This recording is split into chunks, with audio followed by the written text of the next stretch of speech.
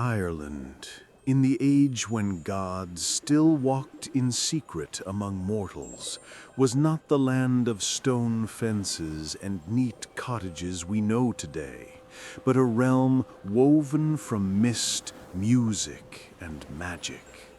The hills rolled like the slow swell of the sea, their slopes veiled with heather and kissed by wandering fog.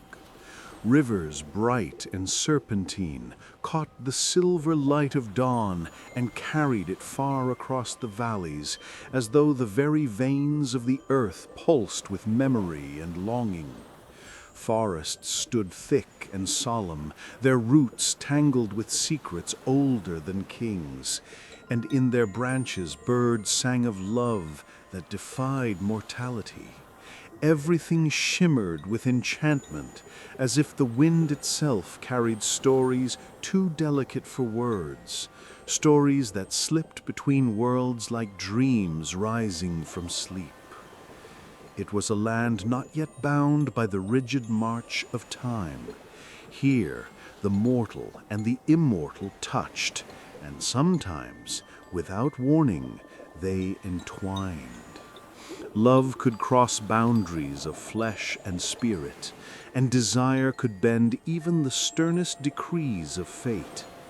In such a world, beauty was never merely beauty, but an omen, a beacon, and sometimes a curse.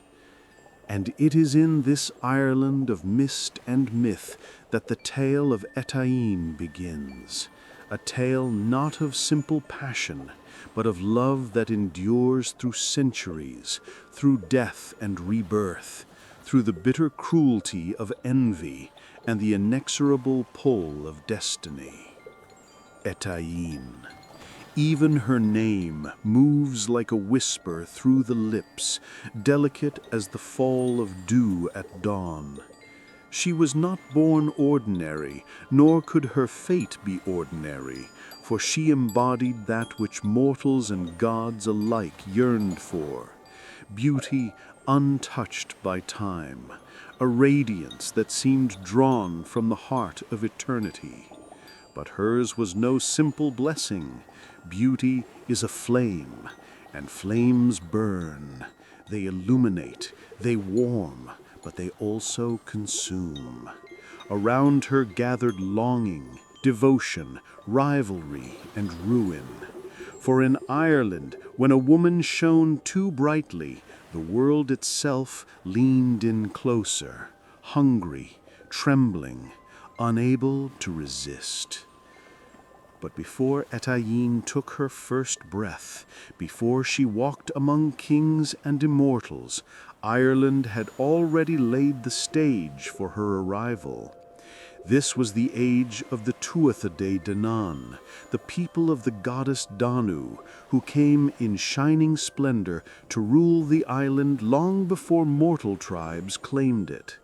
They were beings of enchantment, with eyes like dawn and voices like harp strings. They could command storms, shapeshift with thought, and weave spells from the fabric of air and water. Among them were lords of passion and rivalry, whose hearts were as prone to jealousy as to devotion. Among them was Midir, the noble lord of Brí Leith, who would one day bind his soul to Etaín's in a love so potent it would echo through lifetimes. Midir was not alone in his power. The courts of the Tuatha gleamed with rivalries sharper than blades, for beauty and power were prizes sought as fiercely as kingdoms. It was a realm where desire was not whispered, but thundered, and where magic magnified longing into destiny. In such a realm, no story of love could be gentle. Love was a tide, sweeping all in its path, breaking down barriers and dragging hearts across centuries. The poets of later ages, sitting by their fires while winds rattled the eaves, would tell of Etaín's radiance as if it were a jewel fallen from the heavens. But what made her tale linger was not merely that she was beautiful, but that her beauty endured. Through transformations that would have broken lesser souls, through exiles from one form to another, through deaths and rebirths that would have extinguished weaker spirits. Her story is a reminder that love is not fragile, it is enduring, but it exacts a price, and that price is always suffering. Imagine Ireland in those days, the courts where kings sat robed in crimson and gold, where the scent of mead and wood smoke clung to the air, where harps played songs as soft as a lover's sigh. Outside, the mist swirled endlessly, hiding the shimmer of the otherworld just beyond mortal sight. For the otherworld was not far, it was never far. Step into the right ring of stones, or follow the music drifting from a hollow hill, and you might vanish into it, finding yourself among the Tuatha, where time slowed and every moment glowed with an otherworldly light. The veil was thin, and through it, desire passed as easily as a sigh. It was in such a world that Eotain's presence first stirred hearts. She was more than mortal, yet not untouchable. She walked in both realms, radiant but vulnerable, luminous but fated for sorrow. When mortals saw her, they felt their hearts tremble with a longing they could not name. When immortals beheld her, they sensed destiny bending, as if Eotain carried in her breath the power to unravel the very order of things. For her beauty was not static. It was alive, transforming with her, following her through each change of form. It was as though love itself had chosen her as its vessel, and through her body and spirit it sought expression across centuries. That love, fierce and consuming, would find her again and again, no matter how many times she was reborn, no matter how many shapes she wore. The story of Eotain is the story of desire that refuses to die, of passion that follows its object across lifetimes, undiminished by the cruelty of fate. And what is desire, if not the most dangerous magic of all? Stronger than spells, more enduring than curses, desire remakes the world. In Eotain's tale, it remade her body, her life, her very soul. She would be torn from one form to another, woman, water, fly, woman again, her essence scattered and gathered, but never destroyed. And always someone loved her, someone desired her, someone would not let her go. Desire kept her alive, but it also chained her to sorrow. The Irish mist holds stories like breath holds a sigh, and Eotain's is the sigh of the land itself, a song of longing whispered across valleys.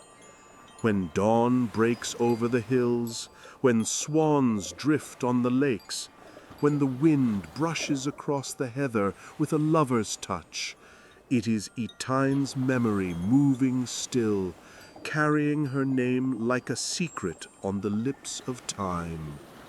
She is more than a woman of legend. She is the embodiment of love's persistence, of beauty's power to draw not only adoration, but envy, not only tenderness, but ruin. This is not merely a story to be told. It is a story to be felt, like the warmth of a kiss pressed against lips, like the ache of arms that reach for a body no longer there. It is a tale that binds the listener as it bound those who lived it, pulling them into the web of desire and fate. For in Etein's Ireland nothing is simple. Beauty is power, love is destiny, and destiny is merciless. Yet still we lean in, we listen, we long, because we too have felt love's burn. And in her story, we glimpse our own reflection.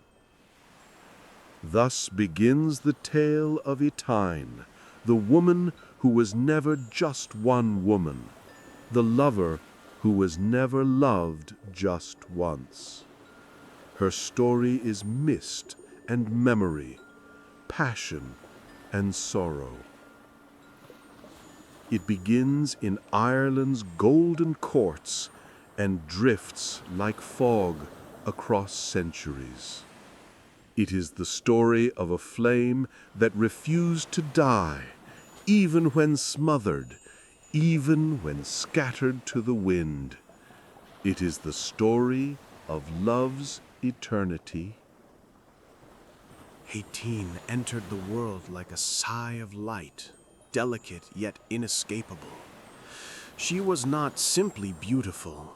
Beauty alone is too shallow a word for what she carried. Her presence was like the shimmer of dawn on still water, the kind of radiance that bends the air around it, altering every heart it touches. Men saw her and forgot themselves. Women looked upon her and felt both admiration and unease, as if Etein's existence revealed something unreachable, something more divine than human. Yet beneath this brightness lay a quiet fragility, as though she too knew that the flame she bore could never burn without drawing shadows. She was grace in motion, her laughter like wind through reeds, her steps light as petals drifting over a river's surface. But what made her unforgettable was not merely the symmetry of her form, nor the luminous clarity of her eyes.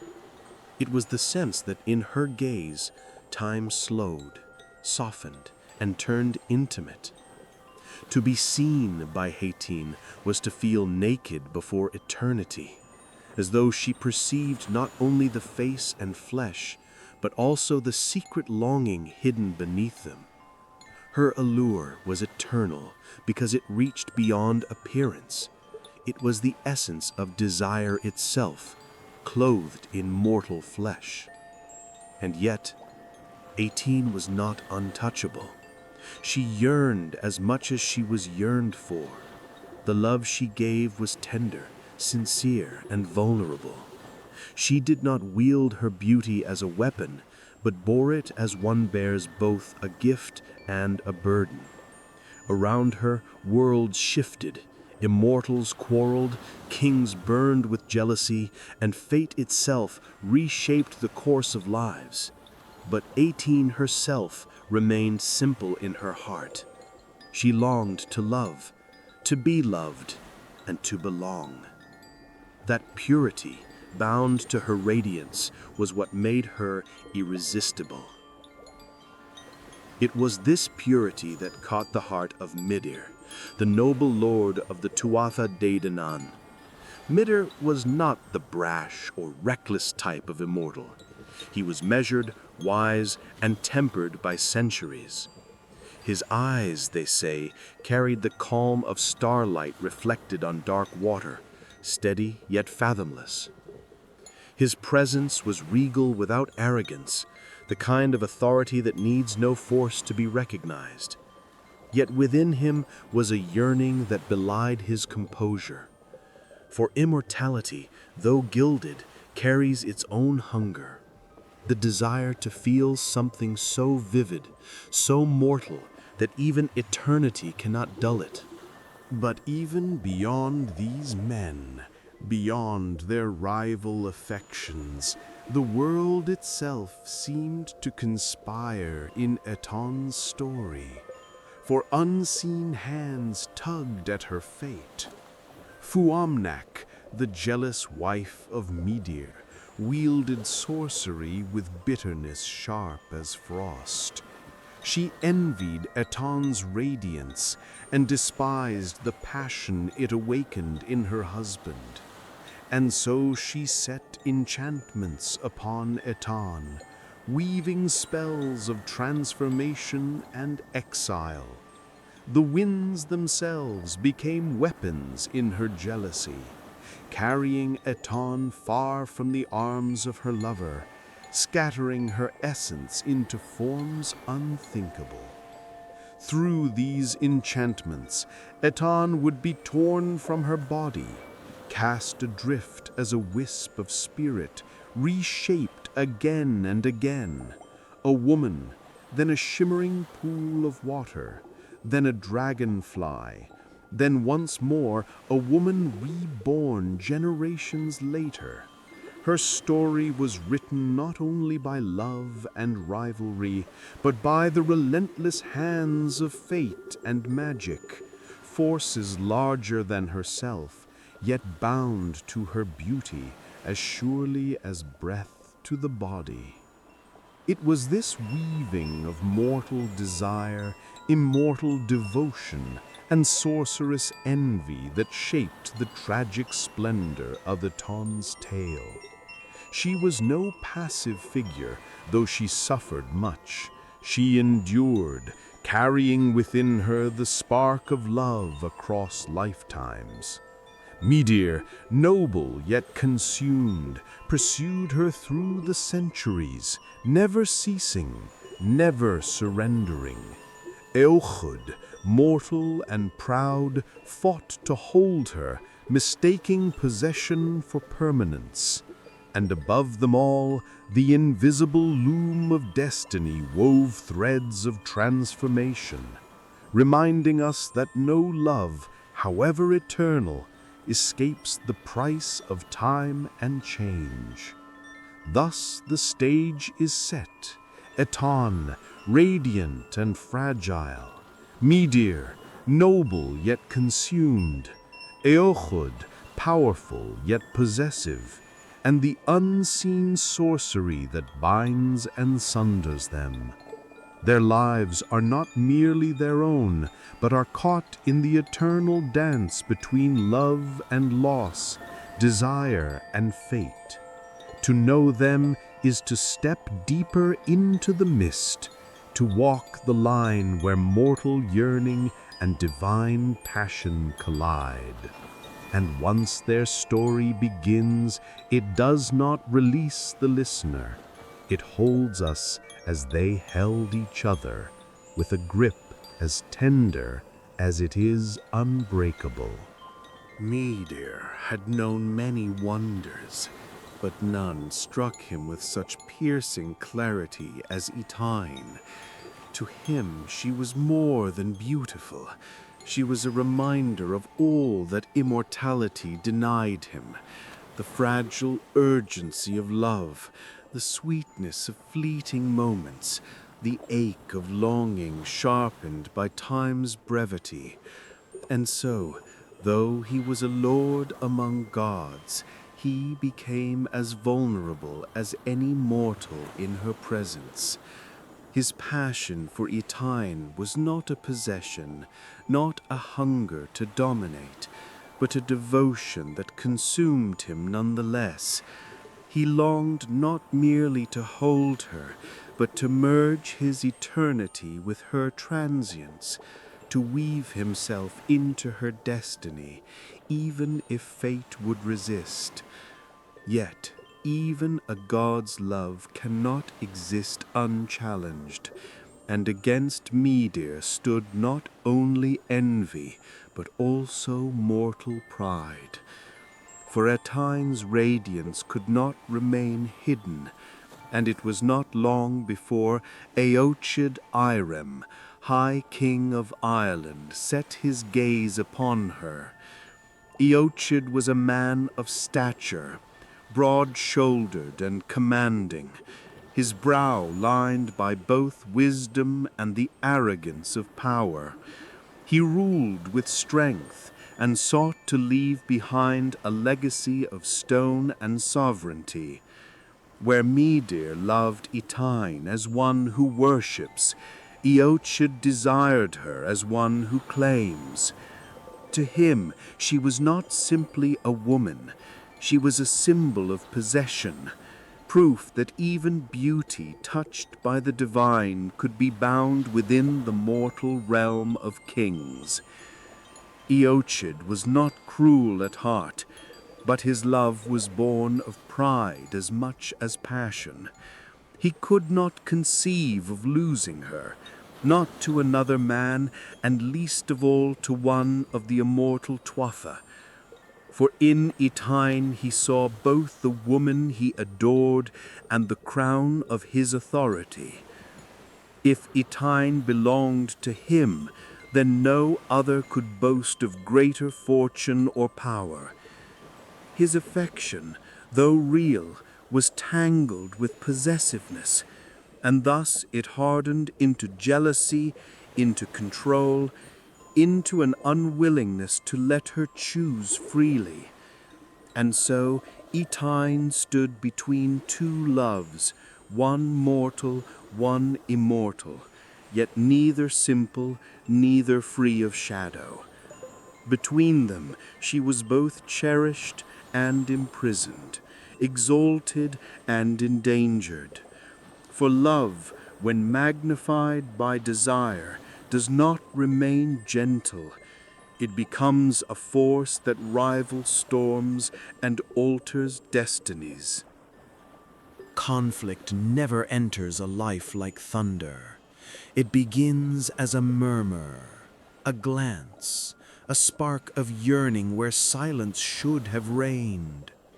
In the court of Eochaid Erem, amid the rituals of kingship and the measured rhythm of mortal life, Etain became the axis around which passion and rivalry turned.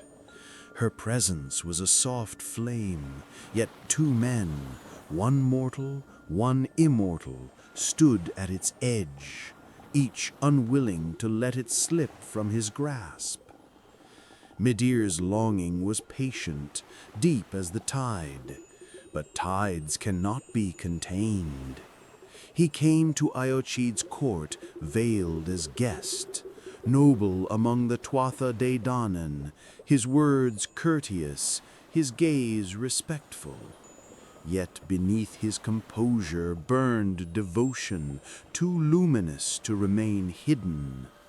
When Etain walked through the halls, her face lifted toward the glow of torchlight, her hair catching the shimmer of gold. His eyes followed with hunger, restrained but never extinguished. He was a god bound by dignity, but gods are not immune to trembling. In her presence, eternity itself felt fragile. Etain, though bound as queen to Eochaid, felt the tremor of recognition whenever Midir drew near. It was as though her soul remembered what her mind could not. For love that endures lifetimes leaves imprints deeper than memory. In the way his hand lingered slightly too long when offering hers a cup, in the way his voice softened only when speaking her name, she felt echoes of a devotion older than her present body, older even than her mortal birth. It was like hearing a song whose melody she could not place, but whose harmony stirred her to tears. Yet across the hall, Eochaid's eyes were always watchful. He loved Etain with pride, sharpened into vigilance, and his love, though sincere, had the taste of possession. She was his queen, his jewel, the crown of his sovereignty. In her beauty he saw not only a wife, but also a symbol. If Etain sat at his side, then Ireland itself shone brighter beneath his rule. To lose her, even to the whisper of another man's gaze, would be to lose his own reflection of greatness. Thus every glance she shared with Midir, however fleeting, became an ember of jealousy in his chest. The tension grew slowly, silently, in stolen moments no court song could capture. When Etain passed through the gardens at twilight, Midir sometimes followed, not to touch her, but to walk nearby, close enough that their hands might brush against the dew-wet leaves at the same time. When Etain sat by the harpist, listening to melodies that stirred her heart, Midir's gaze lingered, and though he said nothing, Etain felt her breath falter, as though music itself pressed her chest too tightly. They did not speak of love, for to speak would be to betray, but silence itself became the language of their longing. Ahakid noticed. He always noticed. At feasts, when Meteor's eyes met hers across the flicker of firelight, when Etain's cheeks glowed with warmth, not born of wine but of unspoken recognition, Ahakid's pride sharpened into suspicion. Yet suspicion did not temper his love. It magnified it, twisting affection into possessive fury. He grew more watchful, his hand upon her arm more insistent, his voice more commanding when others sought her attention.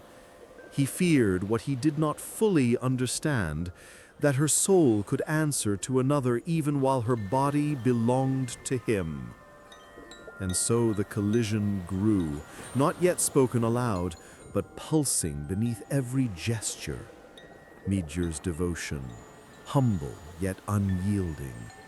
Ahakid's pride, jealous yet desperate. And Etain herself, caught between two loves, neither chosen freely, both binding her in ways she could not resist. She longed for simplicity, but how could simplicity exist when her very being carried the weight of transformations, of past loves reborn, of destinies entwined by magic older than kings? It was during one summer's eve, when the air itself seemed swollen with enchantment, that the conflict reached its first whisper of eruption. A game of Fitwell, the ancient board of strategy, was laid between Meteor and Ahakid. The court gathered, watching as the two men faced each other with courtesy, sharpened into rivalry. The pieces clicked softly against the board, each move measured, each glance weighted with meaning. To the onlookers, it was a contest of intellect and chance. To Etain, watching in silence, it was a battlefield upon which her heart itself was wagered. Meteor's voice was calm, his words wrapped in politeness, but beneath them lay a challenge. He wagered not gold nor cattle, but favors, small at first, then larger as the game deepened. Ahakid, proud and unwilling to concede, matched every wager with equal fire. And when the board neared its end, Meteor's final claim was spoken with the quiet boldness of one who has waited centuries. He asked for a kiss from Etain. The hall fell silent. Torches crackled, but even their flames seemed to hush. Etain's heart trembled, her body remembered what her mind dared not.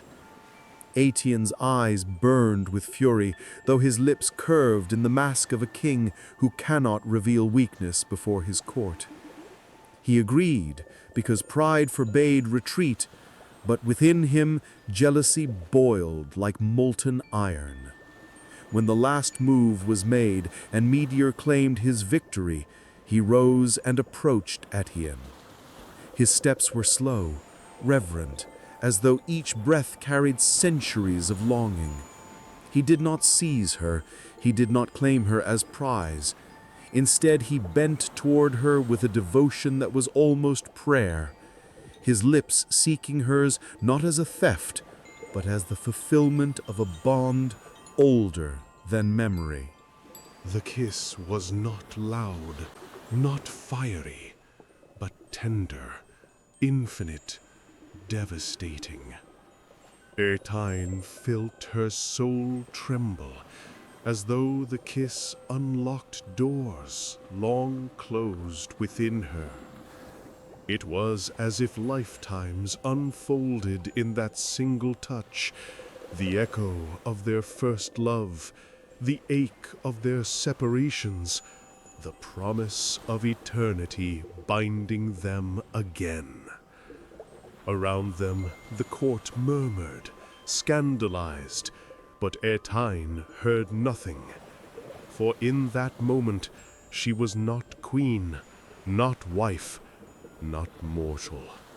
She was simply Ertine, beloved, eternal, whole. Eochaid's fury, though masked before the crowd, flared within him like wildfire. He could not undo the kiss, but he swore within himself that he would never lose her. Not to Midir, not to destiny, not to any force that dared defy his will. His love hardened into chains, invisible but unbreakable, binding Ertine tighter with each passing day. Thus the conflict deepened.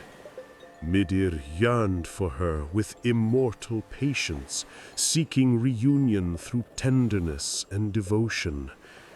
Eochaid clutched her with mortal jealousy, desperate to preserve what he feared would be torn from him.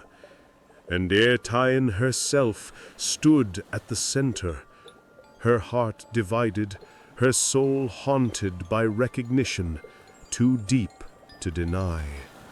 She was loved fiercely, but in being loved, she was also imprisoned. The question that hung over them, unspoken yet relentless, was this: can love survive not only jealousy, but also time, transformation, and fate? Can devotion persist when the body changes, when memory fades, when sorcery scatters the soul like leaves in the wind? Ertine's tale would test the very nature of love, not in its sweetness, but in its endurance. For love that seeks only to possess may shatter, but love that endures through suffering may transcend even death. In the silence after the kiss, the court exhaled, yet the air remained tight with anticipation. Nothing would be the same.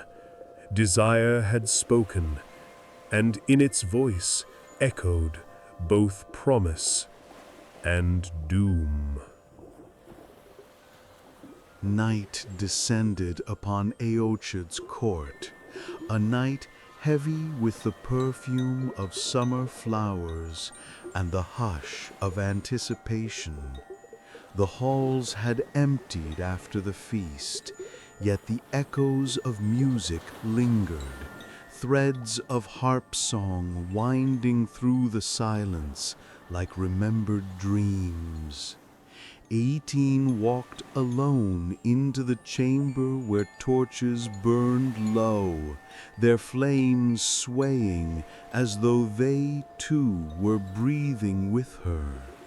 Her gown shimmered with faint golden threads, but it was her face, luminous in the half-light, that drew the room into reverence.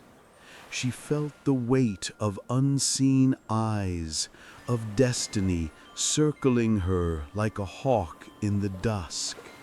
Midir entered quietly, though his presence needed no sound. It was as if the air shifted to admit him, as if the shadows leaned closer to honor his arrival. He did not stride like a conqueror, but approached with the humility of one who has waited lifetimes for this moment. His gaze found 18, and in that instant, all the years of longing, all the grief of separation, all the ache of watching her live and die and live again, collapsed into silence. He looked at her as if she were both the first dawn and the last sunset, as if she were the beginning and the end of his eternity. 18 felt her breath falter, her heart caught in the snare of recognition. Though she had no memory of the lifetimes they had shared, something within her body, her soul, trembled in answer. It was not memory, but resonance, like the vibration of strings when a forgotten song is played. She knew him, though she could not name how. And in that knowing, desire flared, pure and devastating, unshackled from reason. 18, Midir whispered, her name shaped as though it were a prayer. His voice was soft, but it carried the weight of centuries. She turned toward him, her lips parted, her eyes glistening as though the night sky itself had taken refuge within them. He came closer, step by step, until the distance between them was only a breath, a tremor of air. "Why do I feel as though I have loved you before?" she murmured, her voice shaking. "Because you have," Midir replied, his hand lifting but hesitating just before her cheek. "Across lifetimes, across forms, across death itself, I have sought you in every shadow, every whisper of the wind. I would seek you beyond the end of the world." The confession fell upon her like rain, sweet and unbearable. She leaned into his hand, into the warmth of his immortal touch, and though her mind cried caution, her body melted into recognition. He bent, his forehead resting against hers, their breaths mingling, the air trembling with the intimacy of closeness. Neither spoke, for words had become inadequate. The silence between them was deeper, more eloquent than any vow. Then came the music, unbidden, unplayed by mortal hands. The air itself stirred into melody, as if the other world had stretched its fingers through the veil, offering them this gift. It was not harp or flute, but something older, purer. The song of longing itself, woven from wind and memory. Midir extended his hand. "Dance with me," he whispered. Airteen, trembling yet entranced, placed her hand in his. His palm was warm, steady, reverent. He drew her into the center of the chamber, where the torchlight flickered in a golden halo around them. Slowly they moved, first tentative, then flowing, their bodies circling as though guided by tides older than time. Her gown whispered against the floor, his cloak swayed with his measured steps, and together they seemed less like two figures and more like the embodiment of love itself, eternal yet fleeting. Every turn, every brush of their hands heightened the tension until it felt unbearable. Their eyes locked, their lips parted, Their bodies swayed closer with each movement. The air thickened with desire, not lustful alone, but tender, reverent, aching. For every step spoke of lifetimes lost, every embrace of reunions delayed, every touch of the price they would yet pay. When the dance slowed, they did not release each other. Instead, Midir drew her nearer, his hand at her back, his breath mingling with hers. "He have dreamed of you," he murmured, his lips grazing her ear, not once, but endlessly. "And in every dream I lose you. Let me hold you now, Eetin, before fate takes you again." Tears welled in her eyes, glistening as she lifted her face to his. "Then hold me," she whispered, and so he did. Their kiss came not like fire, but like surrender, soft yet infinite, tender yet overwhelming. It was not the kiss of conquest, but of recognition, of two souls reuniting after centuries of exile. Her body pressed against his, her hands clutched at his shoulders, his arms enveloped her with reverence.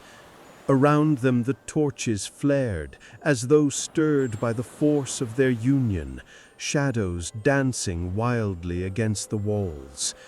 The world seemed to collapse into this one moment, this one breath, this one kiss that contained both joy and tragedy. Aton felt the ground tilt beneath her feet, as though reality itself faltered. In Midir's embrace, she was no longer bound by mortality, no longer chained to her role as queen. She was timeless, endless, as she had been before, as she would be again. The kiss carried her across lifetimes, showing her glimpses of who she had been, a woman radiant in another age, a shimmer of light, a winged creature drifting on the breeze, then a woman again, always sought, always loved.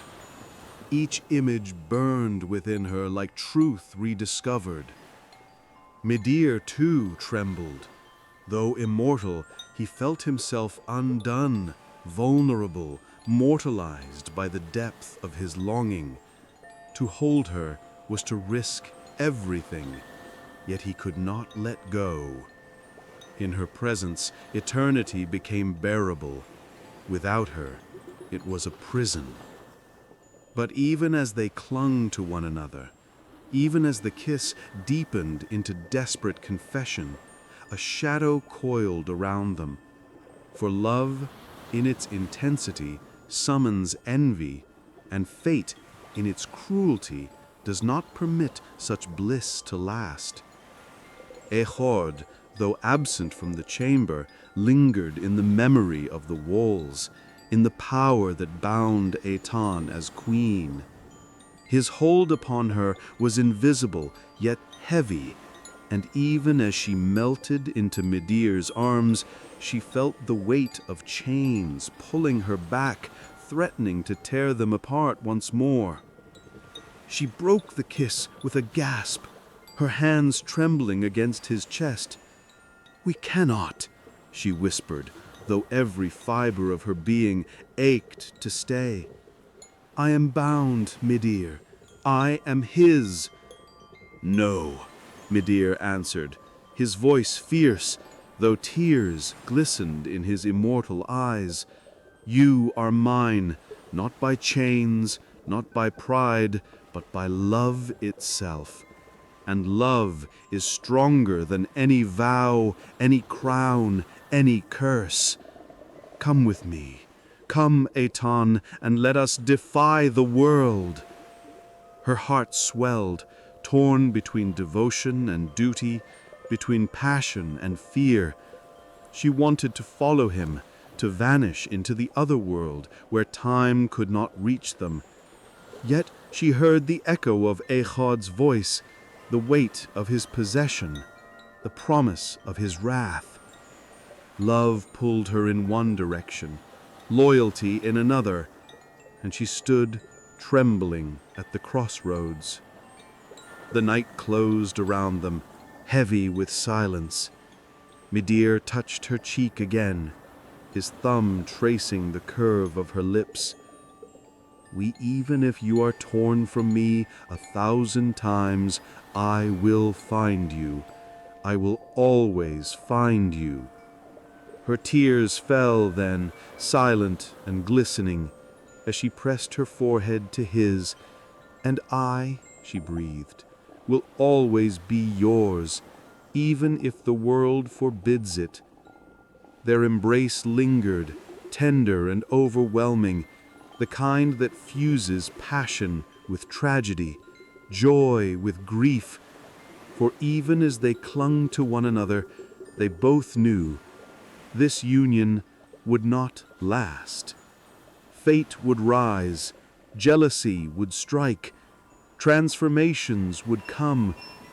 Yet for this moment, this fragile, burning, eternal moment, they belonged to each other utterly.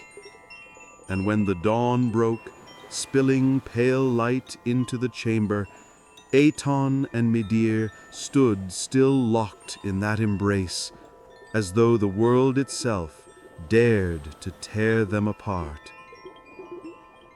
The dawn crept softly across Terra, painting the stones in pale hues of rose and gold. Yet within the chamber where Etain and Midir had embraced, there lingered a heaviness that the sun could not dispel. For though their lips had tasted union, though their souls had brushed eternity together, destiny, unyielding and jealous, was already weaving its threads against them. Love, no matter how radiant, had never been safe in the hands of gods and kings. Yochud Airem, mortal king of Ireland, had long watched his queen with possessive pride. He saw her not as a soul, but as a jewel, a prize that shone upon his brow. And though Etain fulfilled her duties with grace, though she carried herself with the dignity of a sovereign, her heart was restless, her eyes sometimes unfocused, as if they wandered into realms unseen. It was in those quiet moments that suspicion grew within Yochud. Suspicion sharpened into envy, and envy turned into vigilance. When whispers reached him, whispers of Etain meeting with the stranger, whispers of a dance beneath torchlight, his heart hardened. He was not a cruel man by nature, but pride corrodes the noblest of intentions. He summoned his retainers, demanded the truth, and when none could answer plainly, he vowed to guard his queen as though she were a fortress under siege. Thus the walls around her life thickened. Yet fate, not Yochud, was the true architect of sorrow, for the jealous queen of the Tuatha De Danann, Fuamnach, had never ceased her hatred of Etain. Long ago, when Etain had first stolen Medea's love, Fuamnach had conjured spells to torment her, spells that twisted her destiny into strange and tragic shapes. Those curses had never faded, merely lain dormant, awaiting the moment to bloom again. It began with a whisper of wind upon Etain's skin, tender at first, like the caress of a lover. But as days passed, the breeze grew restless, circling her with invisible hands, tugging at her hair, her gown, her very soul. She felt herself drifting, as though her body belonged not to her, but to some greater current. Medea, sensing the danger, sought to shield her, but even he, immortal though he was, could not fight the storm of magic set against her. And so, one evening, as the sky darkened with an unnatural hue, Etain felt herself unravel. Her form shimmered, dissolved, reshaped. Her arms melted into wings of iridescent delicacy. Her body shrank into fragile lightness, and with a cry, half human, half whisper of wind, she became a butterfly. The world loomed enormous around her. Stones towered like mountains, grasses swayed like forests, and every breath of air threatened to scatter her. She fluttered in panic, then in wonder, the memory of her human form burning still within her. She was Etayin, yet not Etayin. She was beauty distilled into fragility, a fleeting creature bound to the mercy of the elements. Meteor wept when he saw her, for though she remained before him, her touch, her voice, her embrace were lost to him. He reached out, but she fluttered beyond his grasp, lifted by the very winds that Fuamnok had conjured. Helpless, he watched as his beloved was carried from his sight, a shimmering speck against the vast sky. Yet Etayin's spirit did not falter. Though she no longer bore a human form, her soul remained steadfast, and within her tiny heart, love still pulsed, radiant and unbroken. She drifted across meadows, forests, rivers, tasting the sweetness of flowers, hearing the hum of the earth in ways she had never known. Every breeze was a memory of Midir's kiss. Every petal she landed upon whispered of the touch she longed for. Seasons passed. She endured storms that battered her delicate wings, nights of cold that pressed her toward stillness, and days of beauty where the sun wrapped her in warmth. She was fragile, yes, but in her fragility lay resilience. For each day she survived was another day that love endured within her, even when stripped of flesh and voice. But fate was not finished. After long wandering, Etayin, in her butterfly form, was drawn to the window of a grand hall. She fluttered inward, guided by the scent of mead, the hum of voices, the warmth of human life. There, unnoticed, she drifted into a golden cup, where sweet wine clung to her wings, and before she could escape, the queen of that hall lifted the cup and drank.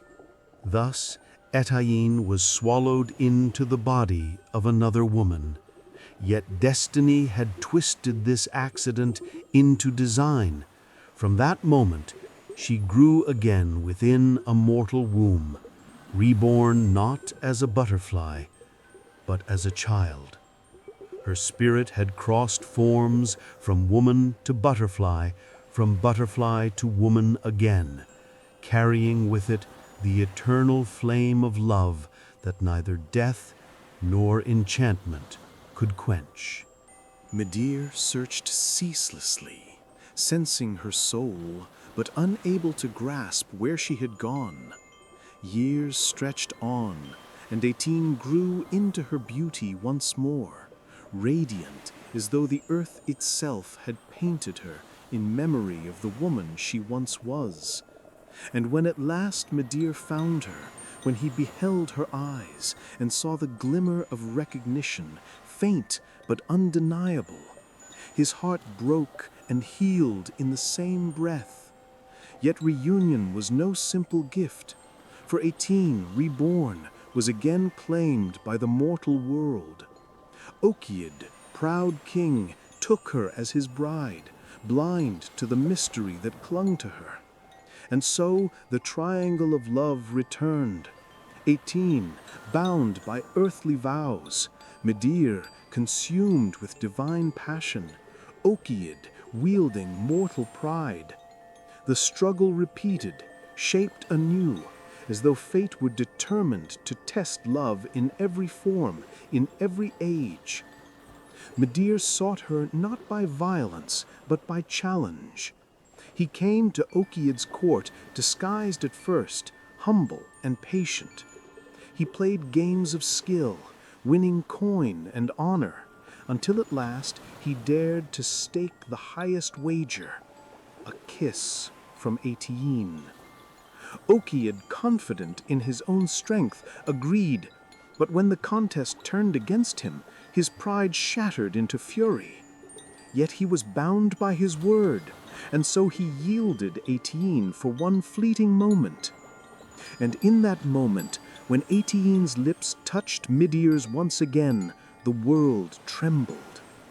All the lifetimes of longing, all the years of separation, all the transformations and rebirths surged into that kiss. It was fulfillment, yet it was sorrow, for both knew it could not last. Okiad raged, walls rose higher, spells were cast, and destiny continued to wound them. Yet through every loss, every cruel twist, their love endured. It endured not as possession, not as triumph, but as a flame that no storm could extinguish. They found one another across lifetimes, only to be torn apart. They held each other for moments, only to lose everything again. And yet in those moments, they touched eternity. Thus Aeteine's tale became not one of victory, but of persistence, of love reborn through forms, tested by jealousy, scarred by fate, yet never broken. Fulfillment came in fleeting kisses, in glances across crowded halls, in the brush of wings against the wind. Sorrow came in every parting, every transformation, every cruel twist that separated them. And together, fulfillment and sorrow wove a tapestry of bittersweet beauty, a testament to the resilience of desire. For what is love, if not the courage to return again and again, even when the world denies it?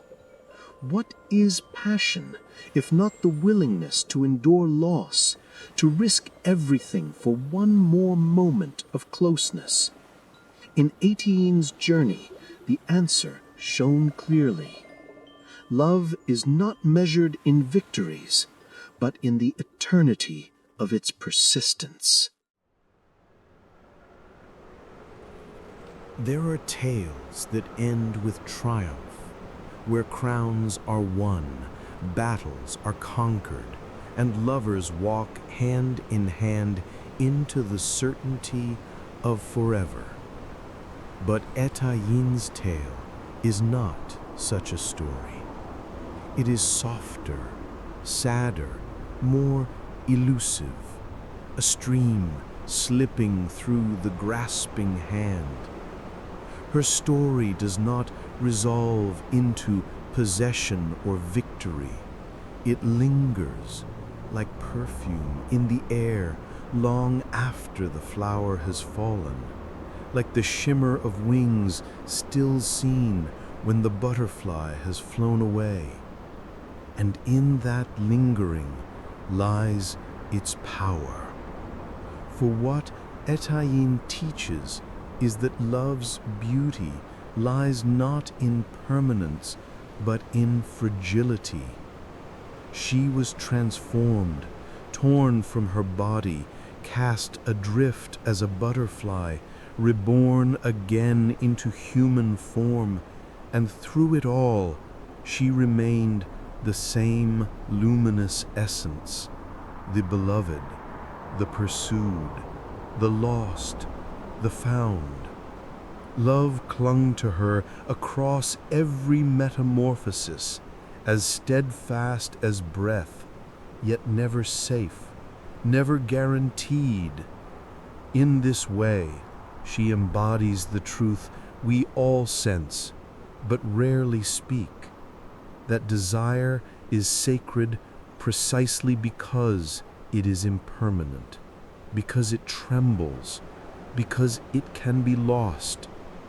Consider the kiss she shared with Midir, the kiss that spanned centuries of longing and separation.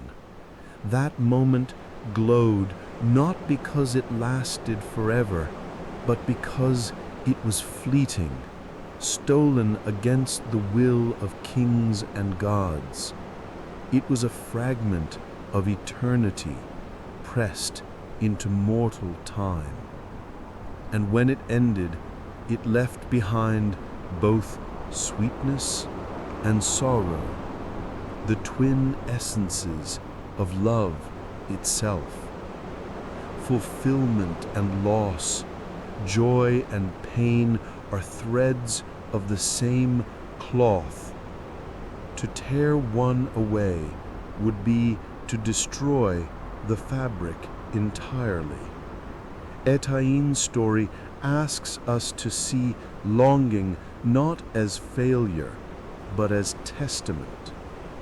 Every time she was torn from Midir, every time fate reshaped her, their yearning endured. And is not yearning the purest form of devotion? To ache for another across lifetimes, to continue searching even when the world has conspired against you. This is love stripped of illusion, love that persists without certainty of reward. It is painful, yes, but it is holy pain, the kind that etches itself into memory and lingers long after joy has faded. Desire, too, reveals its dual face here. For Midir's passion was noble, a devotion deeper than centuries, yet it was also tragic, for it drew down jealousy, wrath, and endless conflict. Desire is sacred, but it is never safe. To crave deeply is to invite both ecstasy and ruin. Yet what life is worth living without that risk? Etaine's journey whispers that it is better to have touched such passion, if only for a moment, than to have lived untouched by fire. And what of Ioekid, the mortal king? He reminds us of another truth, that power cannot command love. He sought to guard Etaine, to own her, to bind her to his court and crown. Yet love, like the wind, slips through clenched fists. His jealousy only hastened her sorrow. His pride only deepened his loss. In him we see the futility of control. Love cannot be imprisoned, for it belongs not to duty or decree, but to the wild, untamable heart. Thus, the tale of Etaine is not only about gods and kings, but about us, our own longings, our own transformations, our own fragile kisses that glow all the brighter for their brevity. Who among us has not felt the ache of holding something beautiful, knowing it cannot last? Who has not tasted love that lingers like wine on the tongue, sweet even as it burns away? In Etaine's fate, we find a mirror of our own, the truth that to love is always to risk, and that the risk itself is what makes it sacred. And so, her myth does not leave us with resolution, but with resonance. We carry her in fragments, Etaine as a woman radiant with allure, Etaine as a butterfly fragile against the wind, Etaine as a queen torn between desire and duty, Etaine as reborn beauty discovered once more by the lover who never ceased to seek her. Each form is incomplete, yet together they form a mosaic of love's persistence. Even now, if one listens closely to the Irish winds, one might hear her still, a whisper, a sigh, a flutter of unseen wings. For Atane has become more than flesh or crown or bride. She has become symbol, essence, eternal motion. In every breeze that brushes the cheek, in every fleeting kiss, in every fragile joy that trembles with the risk of loss, she is present. Imagine her then, not as bound to one ending, but as eternal movement. She is the butterfly's wing glinting in sunlight, delicate and untouchable. She is the river that carries reflections away, never holding them, yet never ceasing to flow. She is the wind across the hills of Ireland, carrying the memory of kisses, the scent of flowers, the sighs of lovers long gone. She is beauty made fragile, desire made sacred, loss made luminous. And when we remember her, we do not grieve that she was never truly claimed. Instead, we honor that she remained herself, elusive and radiant, a flame never extinguished, though it flickered through countless forms. Midir's devotion, Yoalki's pride, Fuamnak's jealousy, all these are echoes against her light. The essence that lingers is Atene herself, not possession, not conquest, but the eternal image of love pursued yet never fully held. So let us leave her where she belongs, not imprisoned in halls of kings, not frozen in the arms of gods, but moving always, transformed always, beyond reach, yet never beyond memory. Her lesson is not to promise us eternal possession, but to remind us of eternal pursuit, eternal yearning.